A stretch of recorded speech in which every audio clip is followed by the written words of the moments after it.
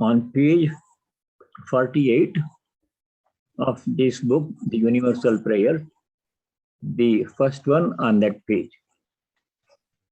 from the Vedas.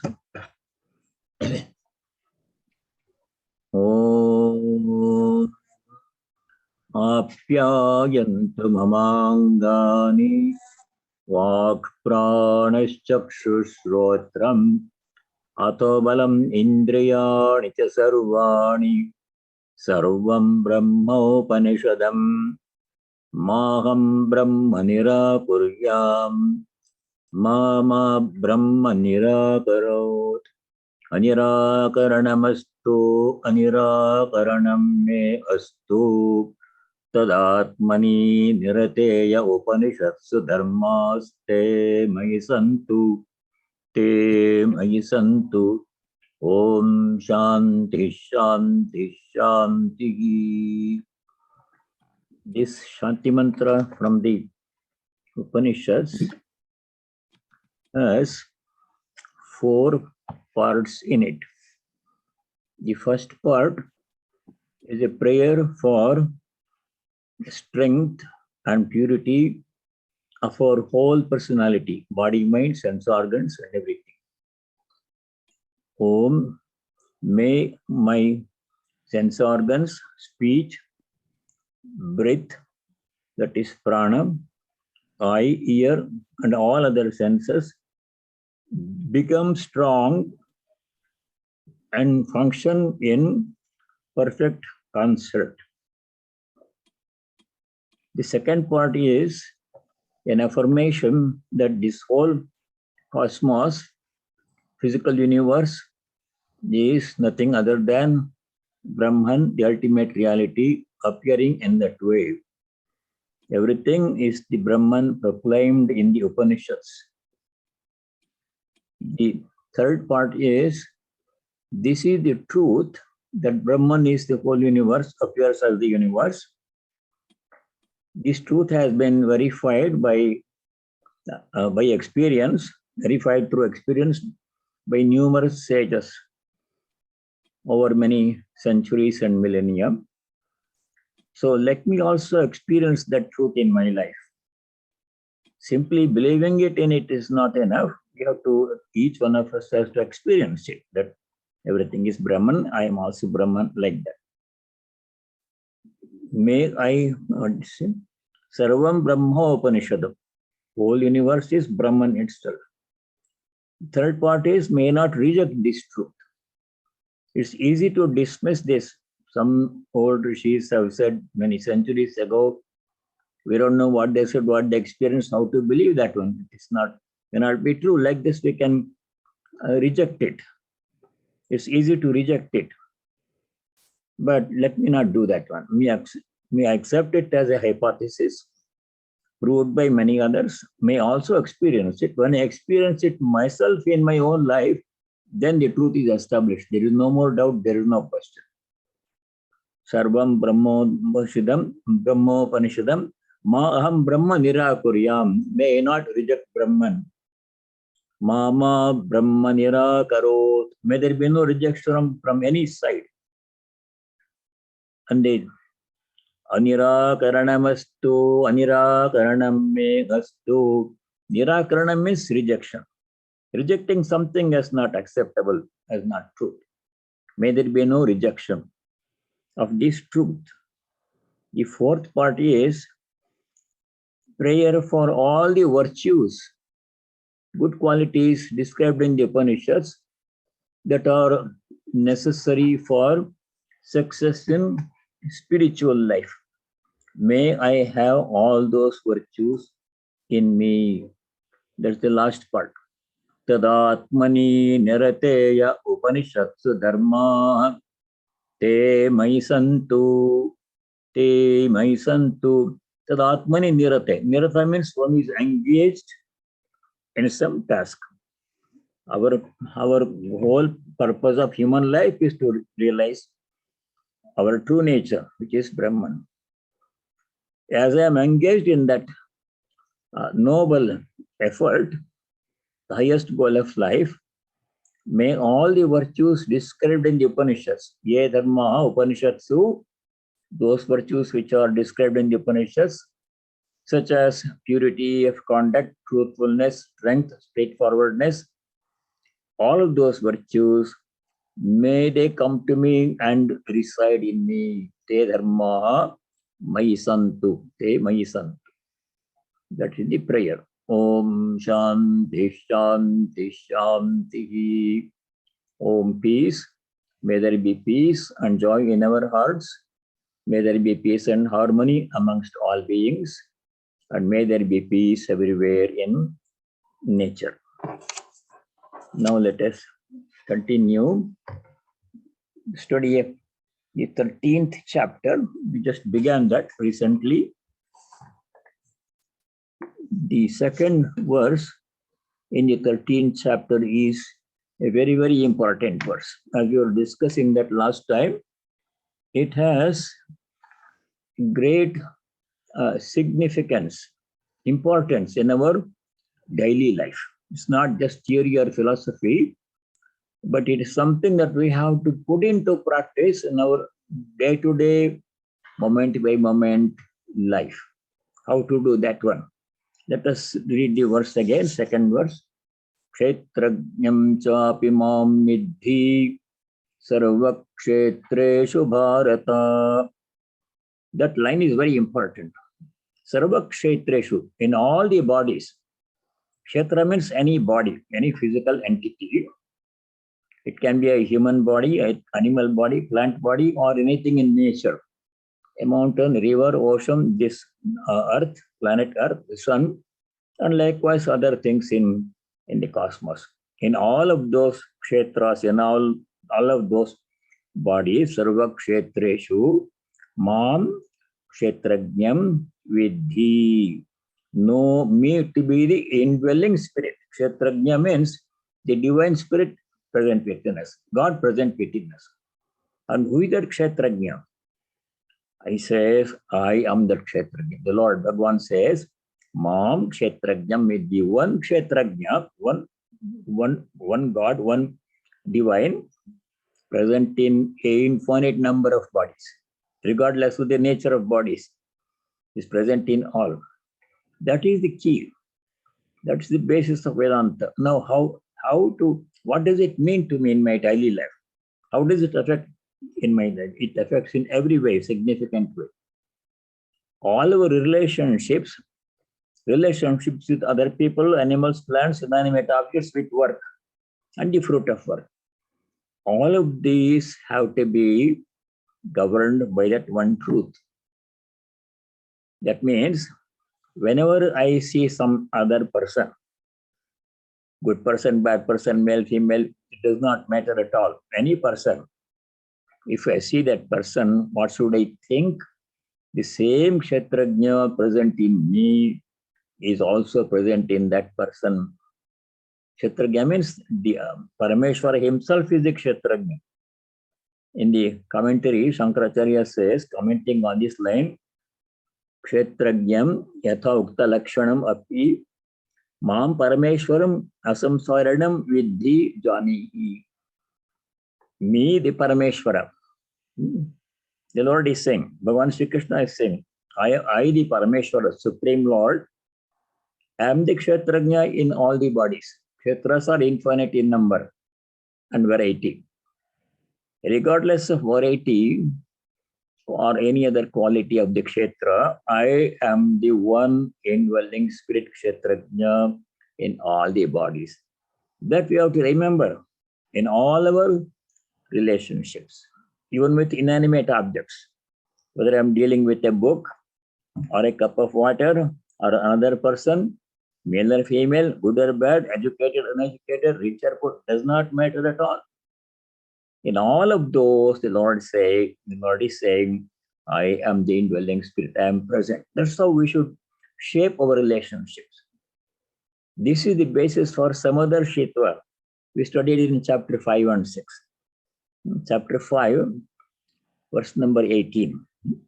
One of the important verses we studied. There Bhagavan Sri Krishna says, in the best of human beings, And in the worst of human beings and all the animals in between, same divine is present. Therefore, we should deal with all of them same way, with kindness, gentleness, truthfully. But when you apply this principle, we have to be careful. If you are a wicked person, we realize that God is present in that wicked person.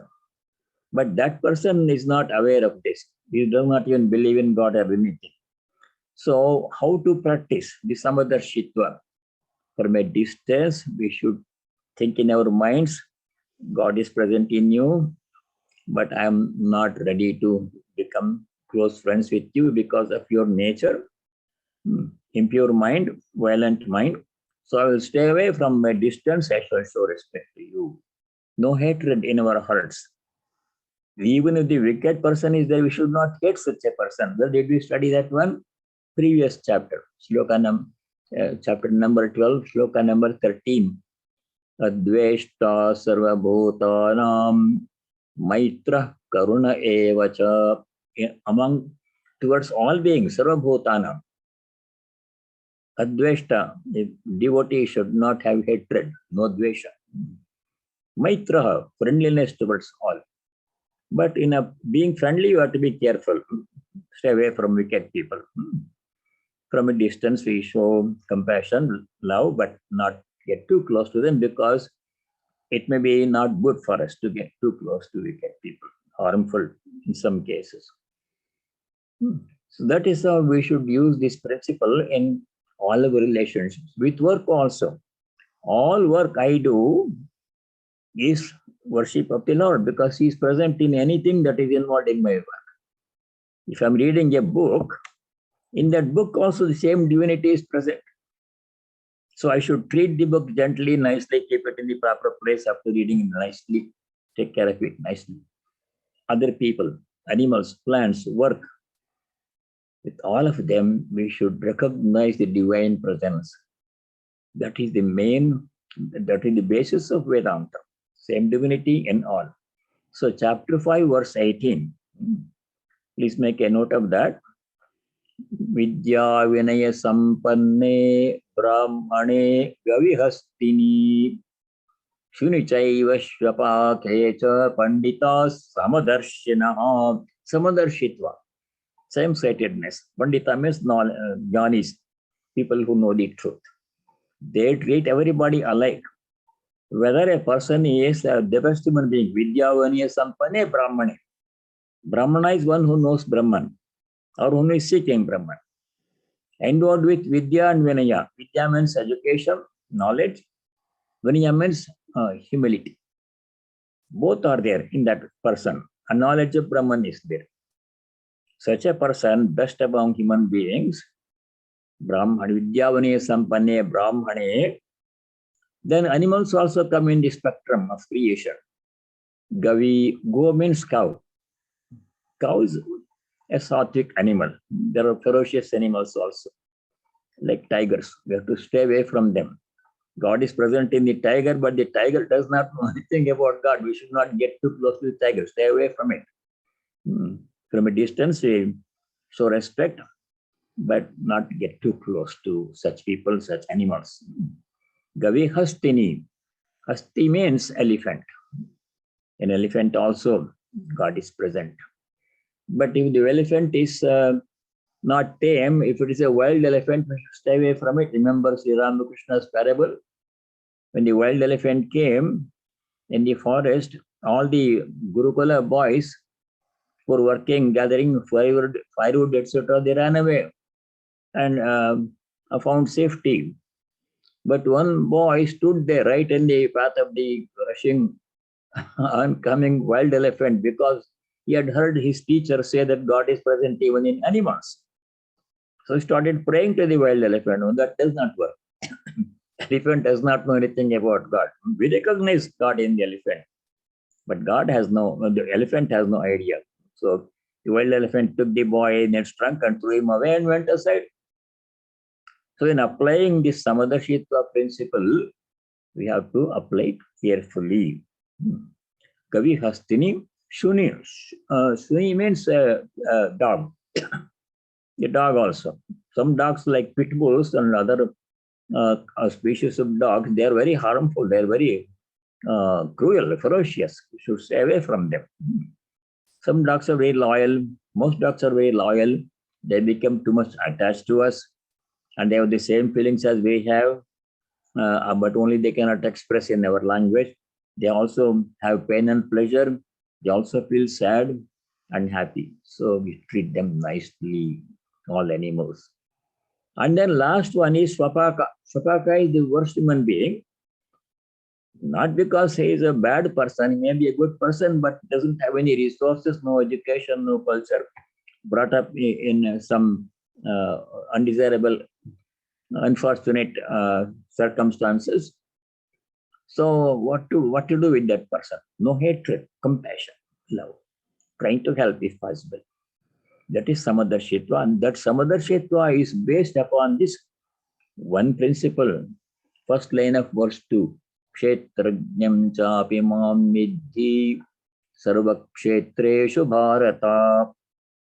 And then same Samadarshitva came in the 6th chapter. Sloka number 9. Even among human beings, there's wide variety of human beings. Some are very, very good, some are bad, some are friendly towards us, some are not friendly towards us. Towards all of them, we should be practice same-sightedness. Chapter 6, verse number 9.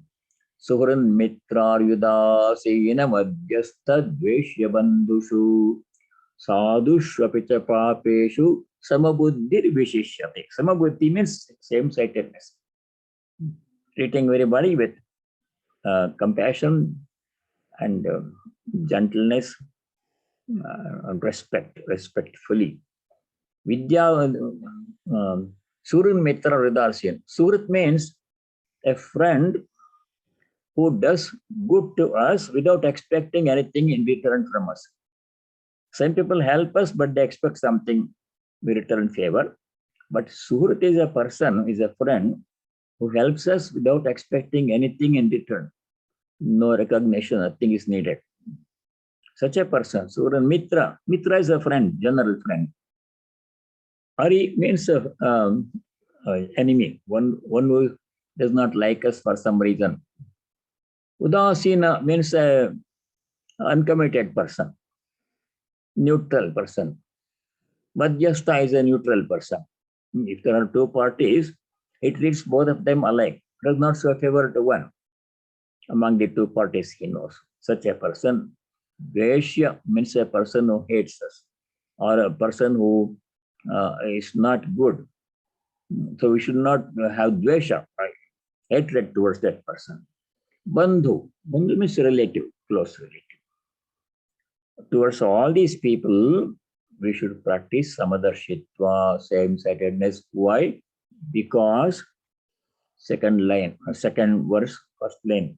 Kshetrajnam chapi mam vidhi sarvakshetreshu bharata. This one line we should keep in mind and apply it as much as possible in our daily life. Towards work also.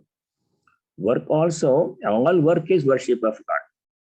Whether it's pleasant or unpleasant. Some type of work is pleasant, nice to do, agreeable work. Some work is not pleasant. In the winter, if there is heavy snow, nobody likes to go and remove this, shovel the snow in the driveway, because it is very cold. It is difficult. But there's also service of that. If you clear the driveway, remove the snow, some people will come. Whoever comes, the Lord himself comes to your home or wherever you live. That should be the attitude towards work. And towards result of work also, we should practice Samadarshitva. When we do some work, sometimes we succeed, sometimes we fail. In spite of best efforts, our work is not successful. It's not under our control. We studied that in the 2nd chapter. Karmanyevadikaraste phaleshu mate adhikara. We have some control over the work we do, how we do, when we do, what we do. But we have no control over the phala, karma phala. Success or failure is not in our hands. other factors come into play. We'll study them in the 18th chapter. Some factors beyond our control come and play a part in the equation and alter the outcome in unexpected ways. We have many examples of that one we have studied. Same family, 3 children, each child grows in a different way. One child succeeds, another child fails, and like that. What happens? Same parents, same upbringing, same home, same loving environment. Result is not in our hands. Other factors such as the child's prarabdha, everything will come into play. We'll discuss that later in 18th chapter. All work should be done with devotion as if you are doing worship of God. In the 18th chapter, there is sloka number 10. There, Bhagavan Sri Krishna directly gives the instruction that even if a work is unpleasant, difficult, we should do it with love and joyfully and gratefully. We should be grateful for being able to do that work. Should thank the Lord for giving us the opportunity to serve Him. So, chapter 18, verse 10. There, Bhagavan Sri Krishna says, "Na dveshti akushalam karma kushale nanushajyate tyagi sattva samavishto medhavi chenna samshayaha." Akushalam karma na dveshti. Akushalam karma means unpleasant work, disagreeable work. Nobody likes to do that kind of work. In that case, na dveshti, we should not hate that work. Lovingly, with great love and joy and gratitude, we should do that unpleasant work also. It's also His worship. Kushale na anushajyate. Kushale karmani. If the work is pleasant, agreeable, brings visibility, recognition, then we should not become attached to it. Next moment, that work may be taken from us, taken away from us, somebody else will be doing that work. No attachment to pleasant work. Like that, towards work also we should practice same-sightedness, because all work is worship of God, service of the Lord. So this same-sightedness applies all across in every aspect of our life. And the basis for that same-sightedness, Samadarshitva, is the first line of second verse. Towards success and failure also, that we studied in the second chapter. Second chapter, sloka number 48. Very important verse. There Bhagavan Sri Krishna says, 248, Yogastha kuru karmani sangam tyaktva dhananjaya siddhya siddhyo samo bhutva samatvam yoga uchyate. There, sangam tyaktva, giving up attachment to the fruits of work. Siddhya siddhyo samo bhutva. Siddhi means success. Generally, we succeed in what we do. Asiddhi means failure. Sometimes we fail in spite of our best effort. Siddhya siddhyo samo bhutva, remaining equanimous and unperturbed in failure, especially when we succeed, we don't complain. When we fail, we complain. We become unhappy. So that should not be. The success, failure, both have to be accepted with equanimity. Saddhya siddhyo samo bhutva, because all work is worship of God. He is the recipient of all our work. We should accept that and do all work as offering, as worship. As we have studied in many places in the Gita, all work should be offered to the Lord as a humble offering. Like that. So that is the importance of the second verse. Kshetrajnam chapi mam nidhi sarva kshetreshu bharata kshetra kshetrajnayor jnanam yattat jnanam matam mama. The knowledge of kshetra kshetrajna. If we know these two things, then we have known everything. Because everything is kshetra, and the indwelling spirit in everything is kshetrajna. One kshetrajna in infinite number of kshetras. Same Parameshwara is the kshetrajna in all. We'll study that later. With the kshetrajna, the Lord Himself dwelling in everyone in the same way. He is present in the same way in everyone. But everybody is not able to recognize or experience his presence in the same way. That depends upon the purity of the mind.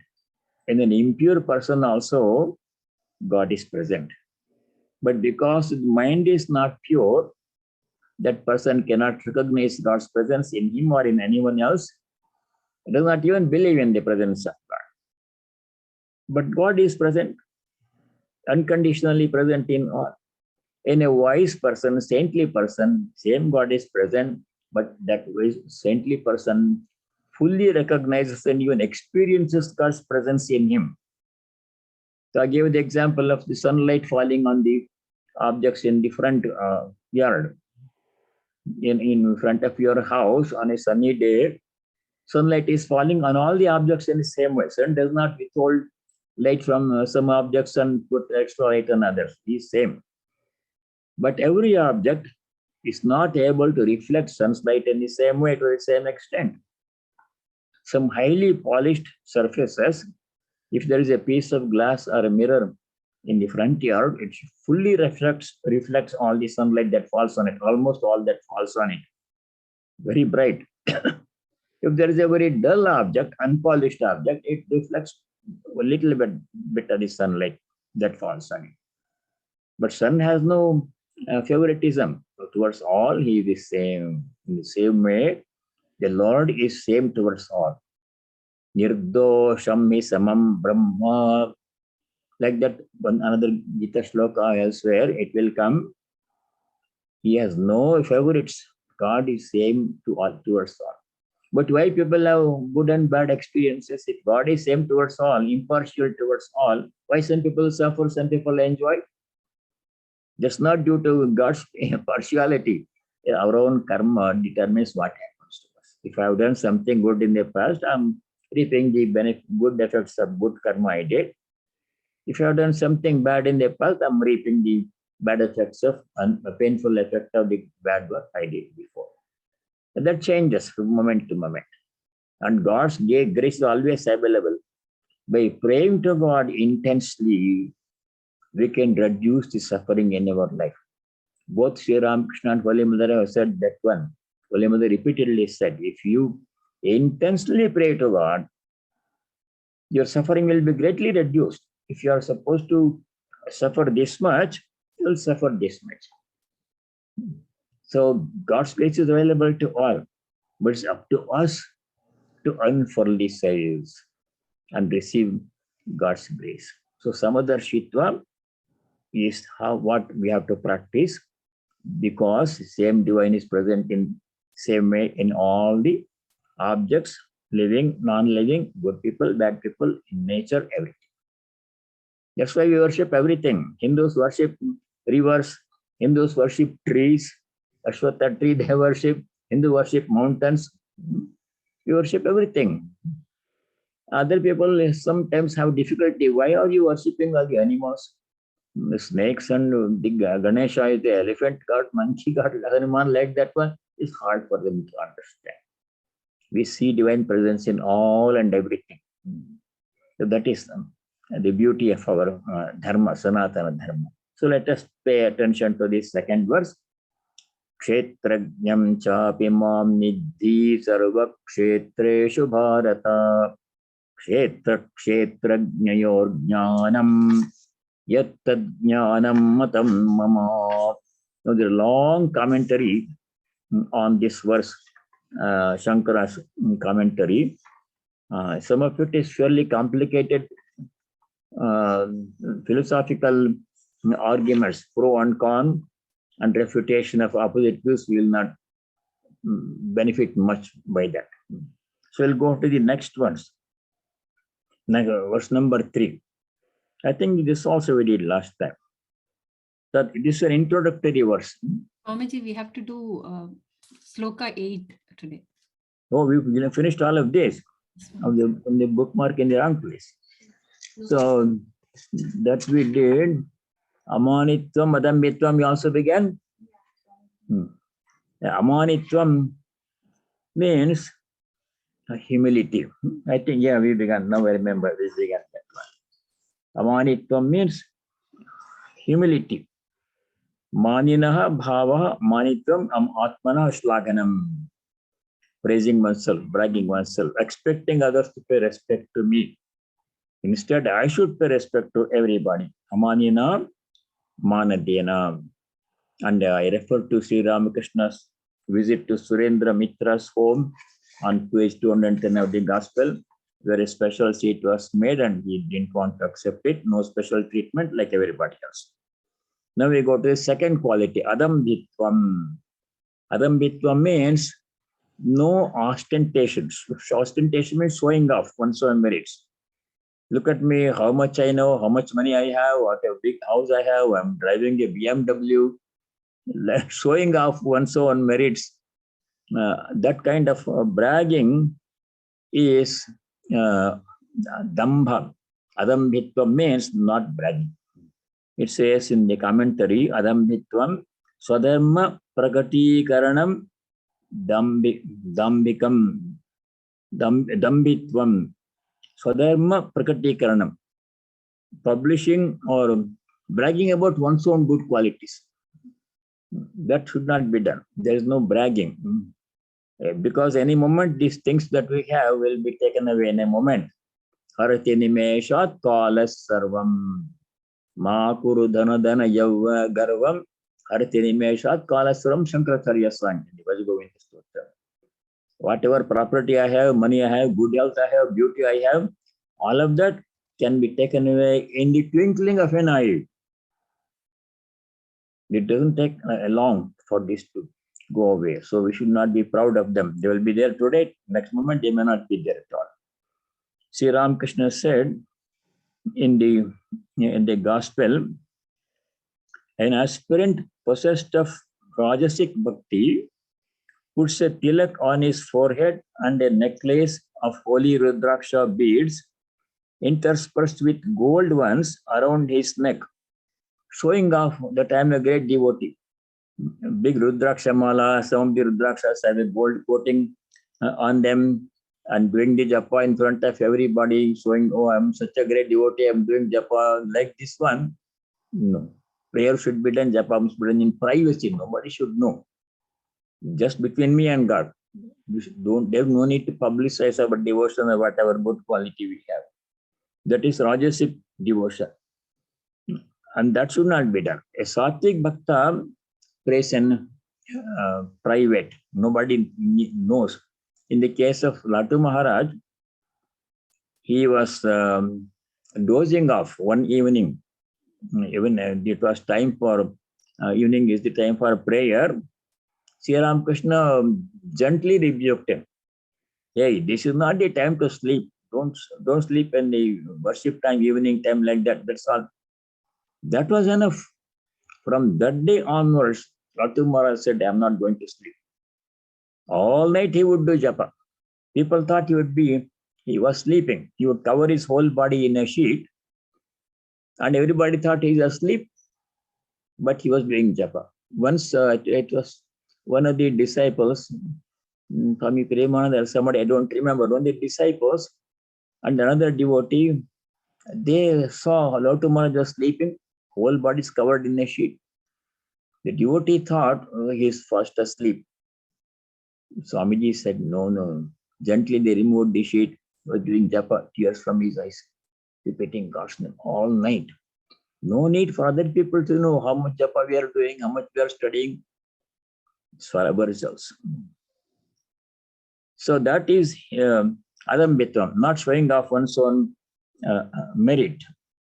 A Jnani or Bhakta or a knower of God is one who conceals his provisions. It's a Christian expression. Conceal your provisions well and does not show off his good qualities, knowledge, or material possessions and accomplishments one may have. Extravagant celebration of events, somebody graduates, somebody gets a new job, or somebody gets married, too much celebration on a very large scale, so much show, ostentation is not should not be done like that. That's Adambhitvam. Then the Next quality, amanita madanditvam, ahimsa. Ahimsa means, as you know, non-violence in thought, word, and deed. Ahimsa is one of the Yamaniyamas, yamas of Patanjali Yoga Sutra. That is very important. Ahimsa. Himsa means violence, causing injury, pain to other beings. Even inanimate objects, they may not be able to express animals, inanimate objects, but we should be gentle towards them also. No violence there. I give the example of some people banging the door. Gently you have to close the door, but we close the door with so much force, the whole building shakes. Very unpleasant experience. We should have gentleness, even in dealing with inanimate objects, especially animals and plants, because they cannot defend themselves. Ahimsa, by thought, word, and deed. In the 16th chapter of the Gita, we will study divine qualities and demoniac qualities. Daivi Sampat, Asuri Sampat.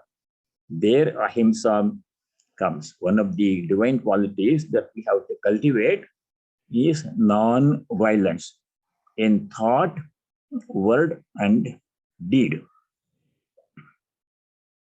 The violence can be, even if we don't directly do violence, there are other ways in which we can cause violence to other people. If I directly do the violence, then that is extremely bad. That is kritam. I myself did it. That's very, very bad. Should not do that one. Second way is causing violence to somebody through somebody else. Karitam. Kritam karitam.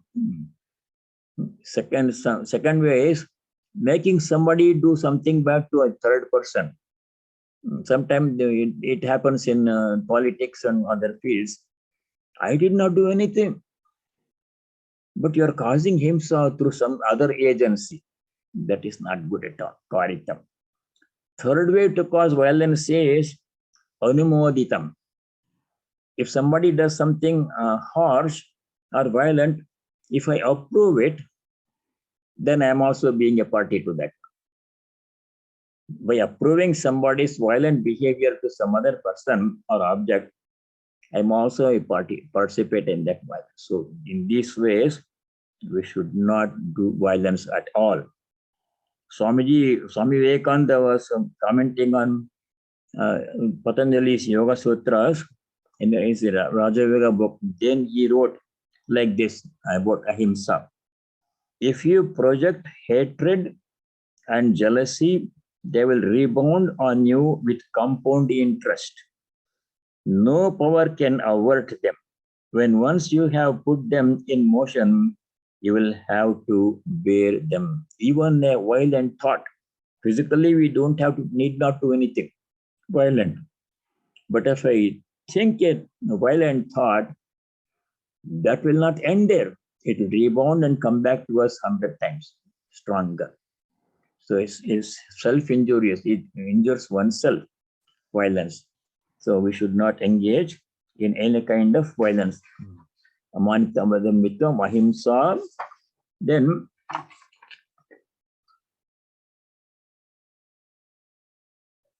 kshanti, fourth one.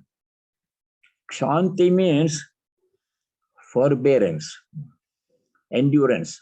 If something bad happens, we should be able to bear it. How? Not grudgingly, complaining. Without complaining, without lamentation.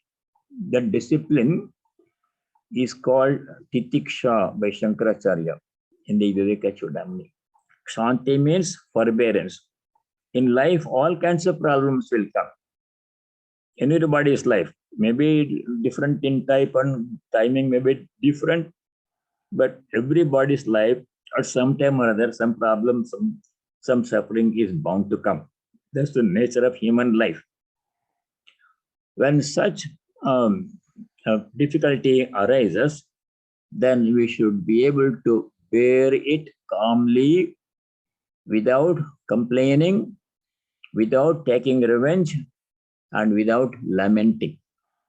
Should not talk about our problems with everybody all the time. Should not be done. Before practicing forbearance, we can do two more things. We discussed this sometime earlier also. For most people, we have to we should do three things. First is preventive measure. We should foresee difficulties and try to prevent them, take preventive measures, like installing security system in your car, in your home, to prevent theft, burglary, etc. To buy health insurance, just in case you become sick, you will have some recourse. These are preventive measures. In case some problem comes, I am ready. To some extent, I can prevent it. Second step we have to take is remedial measures. When problem does occur, we should take appropriate steps to remedy the problem. If we become sick, we should go to a doctor, thinking that God himself has come in the form of the doctor. Vaidyo Narayano Harihi, we should say when you go to a doctor's office. That attitude actually helps. When you enter a doctor's office, in your mind you say, this Vaidya, this doctor is Narayana himself, Vaidyo Narayano Harihi. Whatever medicine he gives, he or she gives, it will help me to cure my problem. With that faith, we have to go. I went to a doctor's office once. I do it very often. So once I went to a doctor's office, and he had he asked me to sit down in his office in front of him on a chair. On his desk, I saw a plate, copper plate. Something was etched on that one. I read that one. It says on the copper plate, it said, I treat, he cures. Then I found it very interesting. So we had some conversation about that one. He said, that is the truth. I cannot cure people. In the Gospel, Sri Ramakrishna says, God laughs on two occasions. When the doctor says to the mother of a child, sick child, I'll cure your child, God laughs. Who is it to cure? You say, God's will. So, but the doctor has an important role to play. He treats, gives the appropriate treatment. The result is not in his hands. To give the best treatment is the doctor's duty. But whether the patient is cured or not, how much control doctor has? Same disease, same treatment, one person recovers, one person does not, one patient does not. So that is how we should forbear. We should take remedial measures. Go to a doctor when we become sick, in good faith. Even after taking remedial measures, preventive measures, remedial measures, some problem remains or some new problem comes. Then what we have to do? After having done everything we can, we should calmly forbear. Sahishnuta. What problem comes cannot be prevented or remedied. That discipline of forbearance is called Kshanti. Kshanti also means forgiveness. If somebody does something wrong, we should not take revenge. We are not the judge. There is somebody above us who takes care of all those things. So that is Kshanti. Once Sri Ramakrishna was lying half conscious in a semi-samadhi state with a priest at the temple at that time. There was another priest. That another priest was very jealous of Sri Ramakrishna because everybody used to pay respect to Sri Ramakrishna. And that priest saw Sri Ramakrishna was lying there. He kicked Sri Ramakrishna on his back. Some black mark was there on his back. And he went away, that jealous priest. Sri Ramakrishna knew, he felt the pain. He knew who kicked him, but he didn't say a word to anybody. If he only had said one complaint to Mathur Babu, owner of the temple, that Mathur Babu would have dismissed him, other priest, right away. He didn't. He simply kept silent, forbearance. But what happened later, that man did something else wrong and he was dismissed anyhow by Mathur Babu. So that forbearance is a very important quality. Forgiveness and forgiveness. I think I mentioned this before. In Ramana Maharshi's ashrama, before all the devotees came, only three other disciples were there with Ramana Maharshi. Kunja Swami and two other people were there. And one night, some robbers came to Ramana Maharshi's ashrama. They thought these people appear like very poor people, but they have actually stashed away a lot of cash here. So looking for money. They couldn't find any money. Then Ramana Maharshi and the disciples said, "Sir, we are very poor people. We begged our food. We don't keep any money here. Well, what use is what we have a few pots and pans and the rags, clothes, that's all." But the robbers didn't believe. They thought these people have hidden money here. So they started beating them with the sticks. They beat Ramana Maharshi also with a stick. But he didn't complain. The devotees wanted to call the police. Ramana Maharshi said no. And then afterwards, the robbers went away. They didn't do anything. Forbearance, forgiveness and forbearance.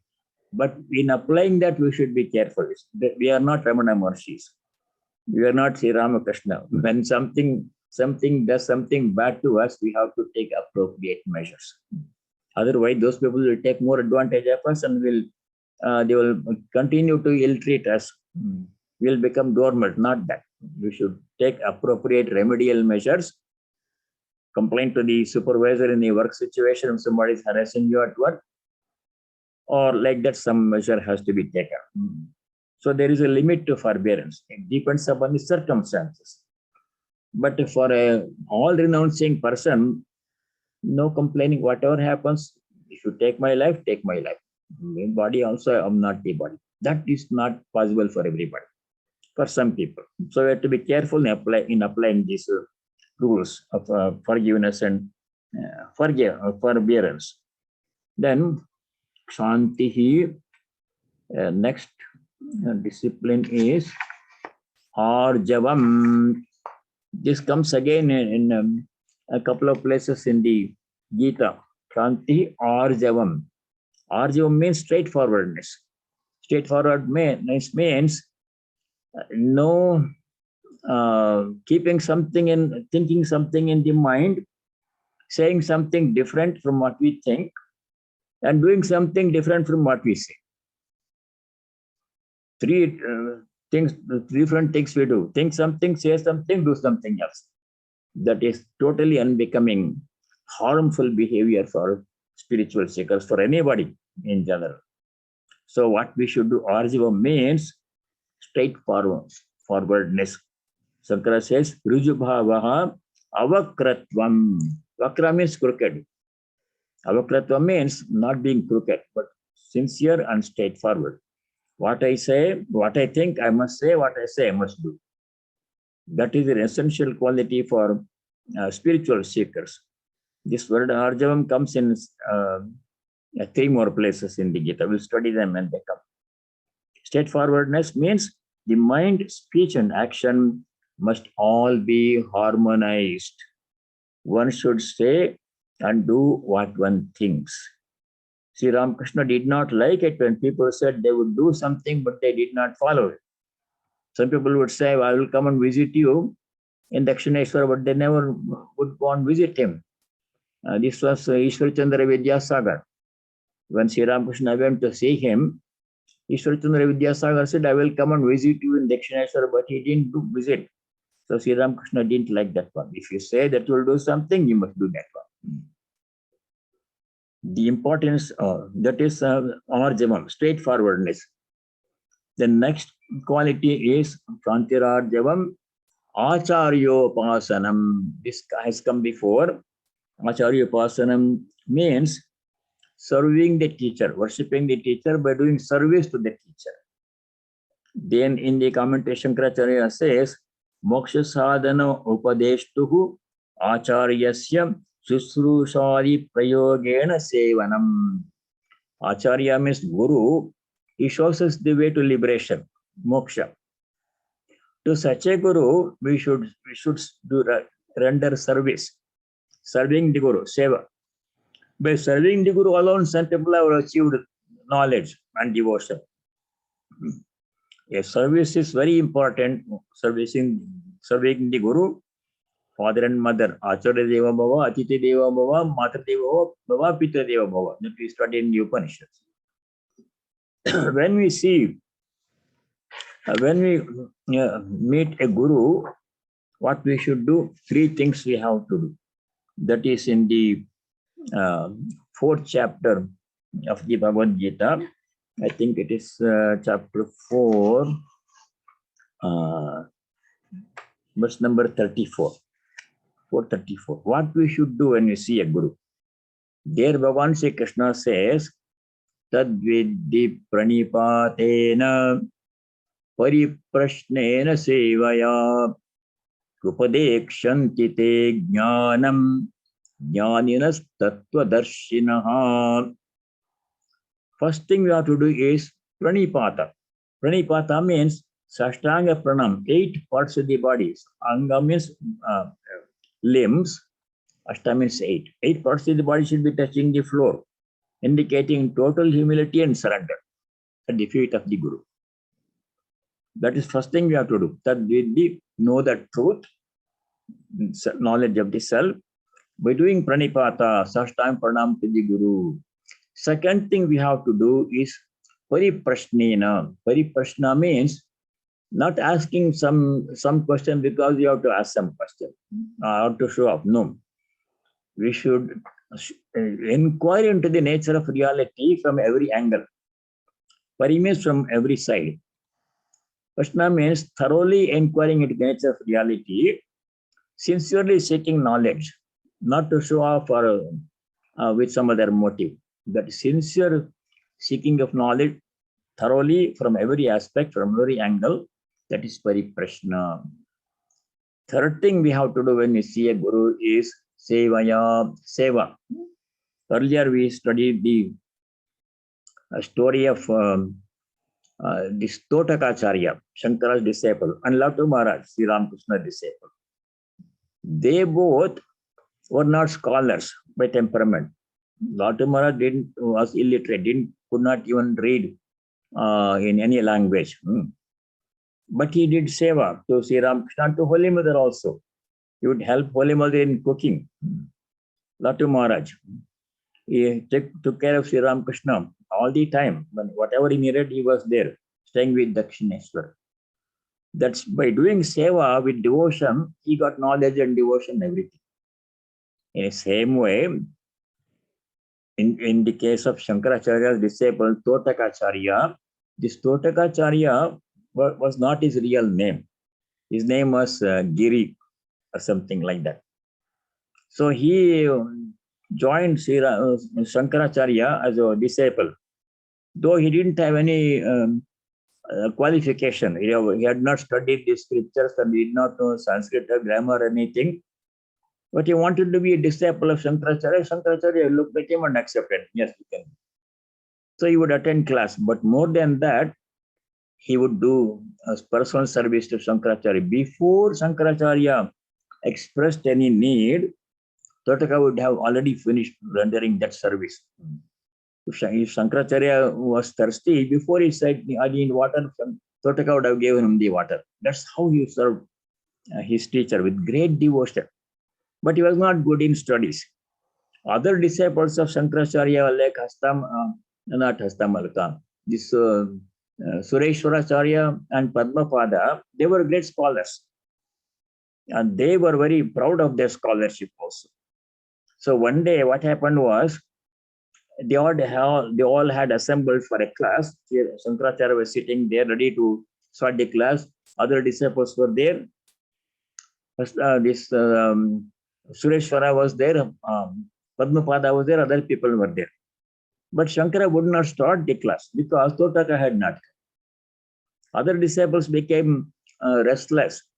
They told Shankaracharya, sir, why do we have to wait for that guy? He does not know any Shastra or grammar or anything. We can start the class. When he comes, he will join.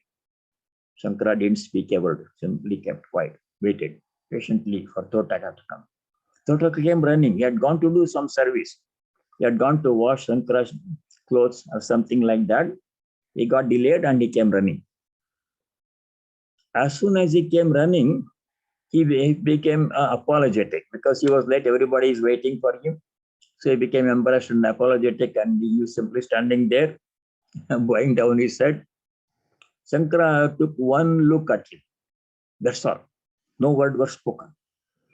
Immediately, Totakacharya, who had never shown any ability or interest in Sanskrit or grammar or any scripture study, immediately Totakacharya composed a very beautiful hymn in beautiful Sanskrit and chanted it extempore. Everybody was astounded. How this man, who never had any ability, showed any ability or interest in scholarship, can chant such a beautiful hymn, composed right there on the spot, Totaka. That hymn was in the meter, special meter called Totaka meter. So Shankaracharya blessed him. From hereafter, your name will be known as Totakacharya. Beautiful hymn. Sometimes I think I spoke about in a Sunday service, Totakacharya's story. That kind of grace of God, grace of Guru is necessary. By doing service, one can obtain that grace. So three things. Pranipata, Pariprashna, Sevaya. So that is Acharyopasanam, worshipping the teacher by rendering service to the teacher. Now we go to the next quality. Shaucham. This is something that is very common. It has come so many times. Shaucham means purity. Purity both internal and external. Internal purity is more important. That means purity of the mind. We should keep our mind free from impure thoughts at all times. External purity is purity of the body and surroundings, environment, possessions, room, car, everything has to be kept clean. That's relatively easier to do that one. But internal purity, purity of the mind, is a challenge because all kinds of unnecessary and impure thoughts will come to our mind, especially when we sit down for meditation. That's when we have to exercise. We have to make a firm determination to reject all impure thoughts and think only about God. Shaucham means purity. So the Shaucham will come in about 5-6 places in the Gita. This is one place, 13.7. Then it will come again in 16th chapter, 17th chapter, 18th chapter. We'll study that again when it comes. Shaucham, purity is a very important quality. The impurities of the mind are, we are familiar with the 6 impurities. Kama, Krodha, Lobha, Moha, Mada, Matsarya. Lust, anger, greed, pride, jealousy, and delusion. Pride, delusion, and jealousy. These are 6 enemies, 6 impurities. And most people have most of this, almost all of these things. That is the great struggle in spiritual life. This water.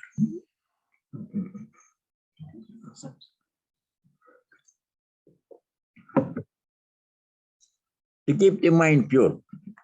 Repeating God's name is the best way to keep the mind pure. The best detergent to keep the mind clean is repeating God's name, doing japa all the time. Shaucham, there are 2 more qualities. Stairyam, Atmavinigraha. Stairyam means persistence in spiritual effort, not sporadic effort, persistent effort. Stairyam. Atmavinigraha means self-control. Self here means mind and sense organs. Atma here means mind and sense organs. We'll study these 2 remaining qualities next time. I'll say the closing prayer, and after that we have some time for questions. Om Sarve Bhavanta Sukhina Sarve Santu Niramaya Sarve Bhadrani Pashyantu ma kaschid dukkha bhag bhavet. Om Shanti Shanti Shanti. Om, may all be happy. May all be free from diseases and other problems. May all realize what is noble and auspicious. May no one be subject to suffering or misery. Om peace. May there be peace in our hearts. Adhyatmaka Shanti. May there be peace and harmony amongst all beings. Adi Bhautika Shanti. And may there be peace in nature. Adi Daivika Shanti. Hari Om Tat Sat. Sarvam Sri Ramakrishna Arpanamastu. Section is very important. Verse number 7 to 11. 5 slokas are there in chapter 13. I would pay a special attention to these 5 slokas. These are all practical things we all can do and have to do. What we do is what produces results. Other topics like philosophy, what is Kshetra, Kshetrajna, how many Kshetrajas are there, how many Kshetras are there, all those things are interesting, but different, they represent different points of view. In the 7th chapter, verses 4 and 5, we studied Paraprakriti, Aparaprakriti. And that is, whole creation is made up of 2 aspects of Prakriti. Whatever is there in an existence is a combination of Paraprakriti and Aparaprakriti. Sloka 4, 5, and 6 in 7th chapter. Then here we study Kshetra, Kshetrajna. Whatever is there is a combination of Kshetra, Kshetrajna. That we will study in verse number 26 in chapter 13. Whatever is there is a combination of Kshetra, Kshetrajna. Then 15th chapter we will see everything is a combination of Kshara, Akshara. 2 things are there. Perishable, imperishable. So these different viewpoints are presented at different times, all trying to explain what we are witnessing this world, this cosmos. That means if there is so many different explanations, one is not enough. Any one explanation is not enough to give us complete knowledge. So we study that to the extent possible. But more important, I would play much more importance to slokas like this. We are studying 7 to 11 in chapter 13. Similar slokas came in the earlier chapters too, because those are things that we have to practice. Those are things that produce result, that bring us knowledge and devotion. In the 2nd chapter, verses 55 to 72. These are lakshanas, qualities of Sita Prajna. In the 12th chapter, verses 13 to 19, qualities of a bhakta, they're all similar. And in 13th chapter, verses 7 to 11, about 20 qualities that we all have to practice. These are the things that we have to pay very special attention to. Practice as many of them as possible. That's what brings results. Therefore, please study these verses 7 to 11 carefully. We'll study them as thoroughly as we can. Next time when we meet. Until then, all of you stay well. Pranam Swamiji, I have a quick question. Yeah. Gita. So Swamiji, you mentioned about forbearance, about Ramana Maharshi when the robbers came. But also in Gita, they say that you need to fight for your rights, right? That's why I said, we are not Ramana Maharshi or we are not Ramakrishna. What they do, everything we cannot do. Those are the highest ideals. For them, there was nothing to safeguard. No property, nothing, no family, nothing to safeguard. But those who have things, possessions and property and job and family, you have to protect them. You have to take 3 things we have to do.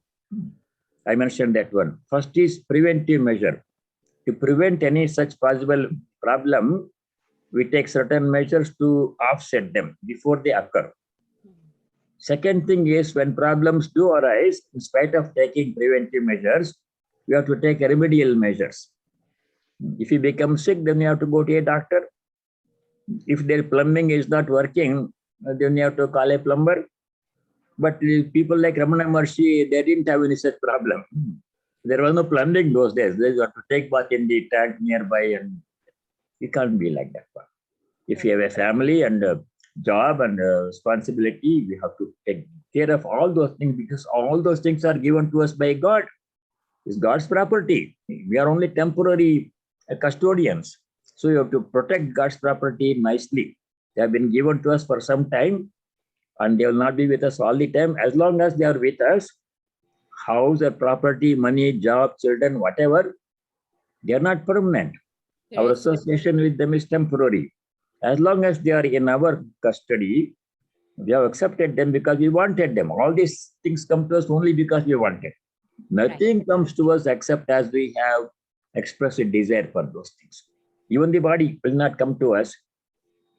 If we would not be born at all with a body, unless we are desired to go through some experiences, fulfill our desires, and work out our karma. So nothing comes except as we have expressed the desire or paved the way for it ourselves. Then we have to take responsibility to protect them, use them carefully, properly, not misuse them until as long as they are in our possession. One day leave. Thank you for being with me for so long, whether it's a child or a house or a job or whatever, or body. Thank you for being with me for so long, helping me. Now you go your way and I am free. I've done my part. Thank you, Swamiji. If the co-worker gives a problem, you should not simply keep quiet and say, forbearance. No, we should take grievance measures. Complain to the supervisor and tell the person, don't do this. Something has to be done. Yes, Swamiji. It is very difficult to practice. Ninaji, namaskar. Pranam Swamiji. Namaskar. Pranam, Swamiji. Namaskaram, Swamiji. Swamiji, last class you were talking about titiksha, which is we mean Shodjo Shokti. So it seems that our titiksha is reducing day by day. It was much higher in our parents and it is much less in us, and for our kids it's almost zero. So why it's reducing, and what is the process or what is the way we can increase our titiksha? It's easy because for most people, every day some chance will come to practice titiksha. Some problem will come. In spite of taking preventive remedial measures, then you have no choice but to practice titiksha. Titiksha means forbearing what cannot be prevented or remedied without complaining, without lamenting. Calmly, yes, this has come. I tried everything to prevent it. It didn't work. I'm left with this. This is my the karma I have to work out. And I will do it without complaining, without blaming somebody else for my problems. Calmly. That is titiksha. We get so many opportunities to practice titiksha in our lives. Yes, but it's very difficult to teach our next generation. They are so. They will learn from experience because they are not ready yet. Young people are very optimistic, invincible. Oh, everything will be fine, and they are so full of hope and confidence. Nothing will go wrong. I can win everything. Right. That is their attitude. We were also like that at one point in time. But give a few years and gradually we will change. Life will teach us lessons. That's So true. it takes time. At the right time, everything will come. Before a person is hungry, no food will be cherished. No use try to feed that person. When the person feels the pains, experiences difficulties, then these things make sense. Takes time. Janu. Maharaj, you mentioned this before, but that which chapter you mentioned for the slokas 13 and 19? I could not take the notes. The sloka number 13 and 19 that you mentioned about couple of slokas for different chapters to practice. 13 and 19. From 13 to 19. Which chapter is that you mentioned? Chapter 12, Swami. Chapter 12. Oh, that is 13 to 19. Yeah, chapter 12. Chapter Bhakta 12. Lakshana. Thank you. Pranam Maharaj. Begins from Madhveshtasura Bhutanam and to Lenindastu Termoni until that. Chapter 12. Those qualities of a Bhakta are very similar to qualities of a Chitta Prajna in the second chapter, 55 to 72. Even if you take 2-3 of these, all of this, everybody cannot do. You have to be realistic. Whichever you can practice easily, starting from now, of these so many things that are mentioned in the Gita, list of things to do, choose 2 or 3 that you can do right now. Start, then slowly others we can add, they will come. Okay, everybody stay well.